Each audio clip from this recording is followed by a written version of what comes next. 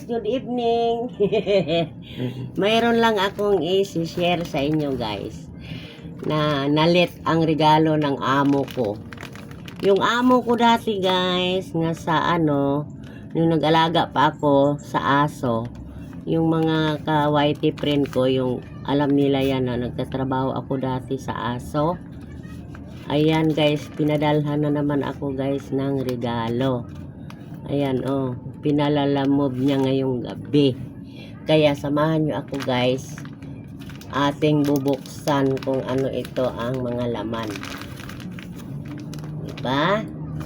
Ang tagal ko nang umalis sa kanila guys. Kasi nga nagkasakit ako noon. Kaya umalis ako. Ngayon, pinapadalhan pa rin nila ako. Noong nakarang December, ang binigay sa akin bag. Ngayon naman, grocery. Ayan guys, dami. Wow, dami guys, kape. Diba?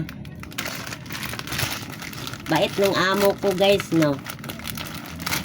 Ganon, pag mabait yung mga amo mo, hindi ka nila makalimutan. Ayan guys, uy, ang daming biskwit na Oreo. Ayan. Ang daming laman.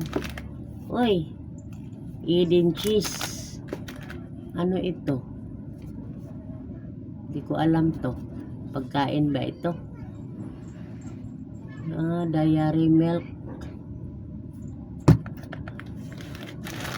Uy, may mga ginisa mix, Maggi. Yan. Tapos may palaman sa tinapay, cheese whiz. Yan.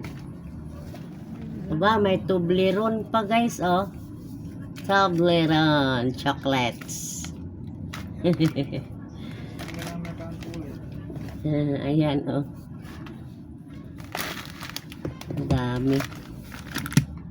Ayan, may mayonnaise. Ang mahal kaya nitong mayonnaise. Ayan, mayonnaise. Mayonnaise. Tapos, mayroon ding tang Diyos. Wow! Paborit ni Mr. Cheese whiz. Palaman. Wow, dalawa ang Eden cheese. Pangputo ko sa birthday ko. Ito yung nilalagay sa birthday ko. Puto.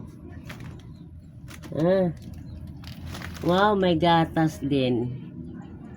Yan, gatas. Hoy.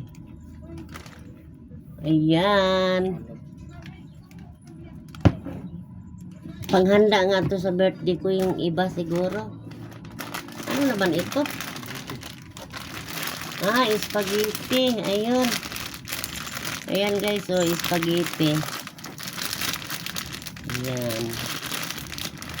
Panghanda nga ng birthday ko ito. Kasi alam niya birthday ko January 20 to. Ayan, di ba? Ang dami rin. Kaya hindi ka makakalimutan. Kahit